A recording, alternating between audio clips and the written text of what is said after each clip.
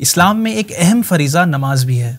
इस नमाज की अदायगी के लिए मुसलमान मसाजिद में जमा होते और जमात के साथ नमाज अदा करते हैं। और व्यूअर्स, अल्लाह पाक के फ़ज़ल करम से ये जमात से नमाज पढ़ना भी हमारे लिए बेशुमार नेकियां हासिल करने का ज़रिया है।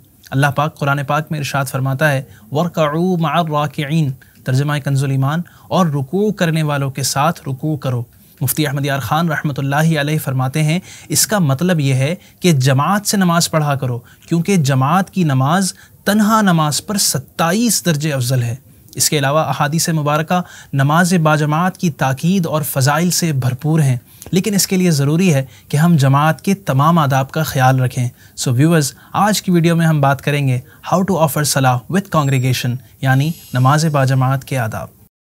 जनरली नमाज बाजमात मस्जिद में अदा की जाती है, तो सबसे पहले मस्जिद के आदाब का ख्याल रखें। मस्जिद में दाखिल होने से पहले ये देख लें कि आप पाक व साफ़ हों, आपकी बॉडी या कपड़ों पर कोई गंदगी या नजासत ना हो और उनसे किसी किस्म की बदबू ना आ रही हो। अगर हो तो इस नजासत और बदबू को दूर कर लें और फिर मस्जिद में दाखिल हों, क्योंकि मस्जिद में नजासत या बदबू ले जाना जायज़ नहीं। चूँकि मसाजिद में जमात का फ़िक्स टाइम होता है, तो कोशिश करें कि जमात से पहले ही मस्जिद में हाजिर हो जाएं। और हाँ, एक बात का ज़रूर ख्याल रखें कि मस्जिद में दाखिल होने से पहले अपना मोबाइल फ़ोन साइलेंट मोड पर लगा लें, ताकि मोबाइल टोन से ना आप दौरान नमाज डिस्टर्ब हों, ना ही दूसरे नमाजी हजरात, और ना ही मस्जिद की बेअदबी हो। व्यूअर्स, दावत इस्लामी की प्रेयर टाइम्स ऐप जो प्ले स्टोर और ऐप स्टोर दोनों पर अवेलेबल है, उसके अंदर ये फ़ीचर मौजूद है कि जमात के टाइम पर आप अपने फ़ोन को साइलेंट कर सकते हैं। जमात साइलेंट के नाम से आपको ये फ़ीचर उसमें मिल जाएगा, तो उसको भी ज़रूर यूज़ करें। मस्जिद में जो नमाजी हजरात नमाज के इंतज़ार में बैठे हैं, उनको सलाम ना करें कि ये सलाम करने का मौका नहीं। जमात के लिए सफ़ें बिल्कुल सीधी रखें। जब तक अगली मुकम्मल ना हो जाए, पीछे हरगिज़ सफ़ ना बांधें और नई सफ़ इमाम साहब के पीछे से बनाना शुरू करें, दाएं या बाएं जानिब से नहीं। व्यूअर्स, याद रखें कि जब तकबीर ऊला यानी पहली अल्लाहु अकबर के साथ आप जमात में शामिल हों, तो इस बात का ख्याल रखना है कि आपकी तकबीर तहरीमा यानी अल्लाहु अकबर इमाम साहब की अल्लाहु अकबर से पहले ख़त्म ना हो, वरना नमाज ही ना होगी। खैर, तकबीर ऊला के बाद सना पढ़ें और खामोश हो जाएं। याद रखिएगा कि नमाज बाजमात के क़ियाम में सिर्फ इमाम साहब तिलावत करते हैं, मुक्तदी खामोश रहते हैं, चाहे इमाम साहब बुलंद आवाज़ से तिलावत करें या बग़ैर आवाज़ के। अगर क़ियाम में दौरान तिलावत शामिल हो रहे हैं तो तकबीर कहकर खामोश रहें। अगर इमाम साहब रुकू में हों तो खड़े होकर तकबीर तहरीमा कहें, फिर तकबीर यानी अल्लाहु अकबर दोबारा कहते हुए रुकू में शामिल हो जाएं। यूँ आपको वो रकात मिल जाएगी। यही तरीका रुकू के बाद सजदे वगैरह में शामिल होने का है, लेकिन सजदे में शामिल होने पर वो रकात काउंट नहीं होगी।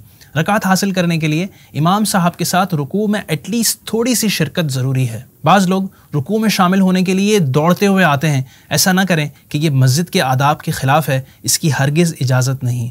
एनीवे, अगर तकबीर ऊला के बाद शामिल हों तो इमाम साहब जिस कैफियत में भी हों, उनके साथ जमात में शामिल हो जाएं। मसलन अगर सजदा या कादे में हैं तो अगली रकात का इंतज़ार न करें, बल्कि जमात में शामिल हो जाएं।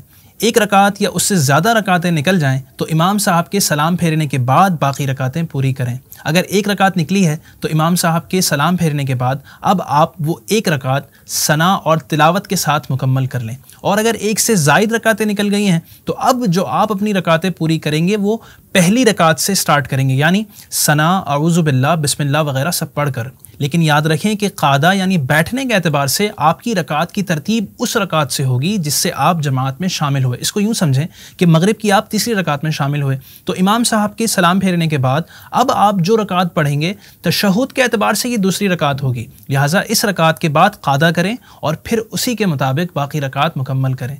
इस नुक्ते के हवाले से काफ़ी लोग कन्फ्यूजन का शिकार होते हैं, लिहाजा इस बात को अच्छी तरह से अपने जहन में रखिएगा।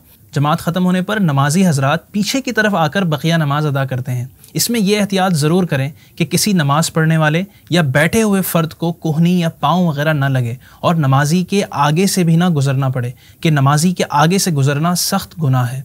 इसी तरह जो पहले से नमाज में हो उसकी तरफ चेहरा करना भी नाजायज़ और गुनाह है। लिहाजा इन तमाम चीज़ों का ख्याल ज़रूर रखें। अल्लाह पाक हमारी नमाज़ों को शर्फ़ कबूलियत अता फ़रमाए।